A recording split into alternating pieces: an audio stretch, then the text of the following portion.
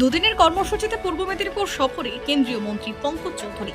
গতকাল কোলাঘাটে দলীয় কর্মসূচি সেরে তমলুকের বর্গভীমা মন্দিরে পুজো দেওয়ার পর দলীয় কার্যালয়ে সাংবাদিক বৈঠক করলেন তিনি। আজ ঘাটাল লোকসভা কেন্দ্রের পূর্ব মেদিনীপুরের পাঁশকুড়ার পশ্চিম বাকুলতা গ্রামে আদিবাসী সম্প্রদায়ের এলাকায় আসেন তিনি।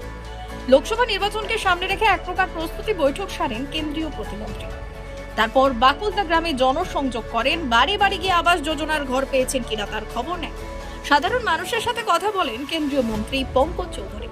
পরে পাঁশকুড়া বাজারে দলীয় নেতৃত্বদের সাথে বৈঠক করেন এবং জয়ী বিজেপির পঞ্চায়েত প্রধান উপপ্রধানের সাথে শুভেচ্ছা বিনিময় করেন এবং তাদের সম্বর্ধনা জ্ঞাপন করেন। তার পাশাপাশি দুপুরে আহার সারলেন কেন্দ্রীয় মন্ত্রী পঙ্কজ চৌধুরী। উপস্থিত ছিলেন কেন্দ্রীয় প্রতিমন্ত্রী পঙ্কজ চৌধুরী, ঘাটাল সাংগঠনিক জেলা নেতৃত্ব তন্ময় দাস, ঘাটাল বিধানসভার বিজেপি বিধায়ক শীতল কপাট সহ একাধিক নেতৃত্বরা। उसके लिए भी साल में 6,000 रुपए की व्यवस्था किया है। हमारी माताएं बहनें कुछ काम करना चाहती हैं तो एसएससी ग्रुप के माध्यम से उनको भी बिना गारंटी का लोन देने की व्यवस्था किया है। हमारे नौजवानों को ट्रेनिंग देने के स्किल करके और उनको अगर काम करना है तो मुद्रा बैंक के माध्यम से उनको भी लोन देने की व्यवस्था किया है।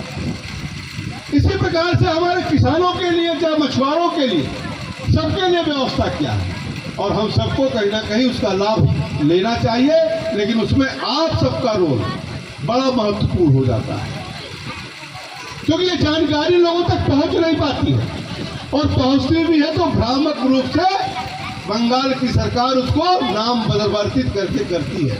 इसलिए आपका ये बूथ कमेटी जो है 24 का, ये बहुत ही महत्वपूर्ण कमेटी है और जहाँ एक तरफ दल को बढ़ाने का विषय है उसके लिए तो महत्वपूर्ण है, लेकिन हर राजनीति का दल का अंतिम अंत होता है कि चुनाव हम कैसे जीते हैं और जब चुनाव आता है तो उस समय भी सबसे महत्वपूर्ण इकाई बूथ कमेटी ही होती है।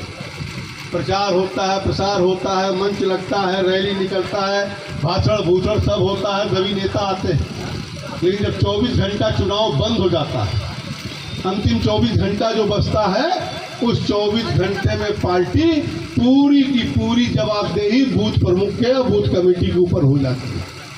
उस समय उसकी मदद करने कोई नहीं आ पाता है और जहाँ पे हमारी बूथ कमेटी एक्टिव होती है निश्चित तौर से वो बूथ हम जीतते हैं, लेकिन जहाँ पर बूथ कमेटी हमारी वीक होती है वो कमेटी कहीं ना कहीं संकट में आ जाती है, वो बूथ संकट में आ जाती है। इसलिए मेरा निवेदन है कि आप सब इन कठिन परिस्थितियों में भारतीय जनता पार्टी का काम कर रहे हैं, आप सबको मेरी शुभकामना है और इसी तरह भारतीय जनता पार्टी इन छोटे छोटे कार्यकर्ताओं के बल पर ही आज देश की नंबर 1 की पार्टी बनी है। इसी तरह आप काम करते रहें और भविष्य में भारतीय जनता पार्टी को पुनः जिताएं। आज मोदी जी ने पूरे देश में और पूरे दुनिया में भारत का गौरव बढ़ाने का काम किया है, लेकिन कुछ लोग लगे हैं कि मोदी को हटाना है, मोदी को केवल हटाना है।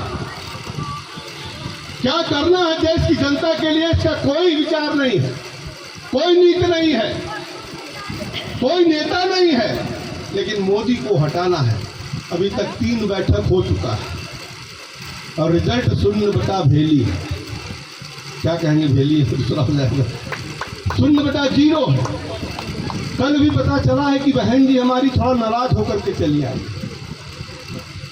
और उस गठबंधन में आप देखे होंगे ऐसे ऐसे लोग हैं जो इसी बंगाल में तलवार खींच करके एक दूसरे के खून के प्यासे हैं, चाहे वो कम्युनिस्ट के लोग हों, चाहे तृणमूल के लोग हों, चाहे कांग्रेस के लोग हों। यहाँ पर जनता को बांट करके जनता के बीच में राजनीति करते थे। आज देश के लिए नहीं, अपने लिए आज सब एक होकर के मोदी को हटाना चाहते हैं, क्योंकि अगर पूरी सूची उठाकर आप देखेंगे, पूरी सूची उठाकर देखेंगे जितने भी नेता उसमें हैं, अब तक का जितना भी अखबारों में आप पढ़े होंगे, जितने के ऊपर मुकदमा चल रहा है, करीब 12 लाख करोड़ का गमन का मुकदमा इन सब के ऊपर चल रहा है। उससे बचने के लिए सब एक हो रहे हैं, देश को आगे बढ़ाने के लिए नहीं।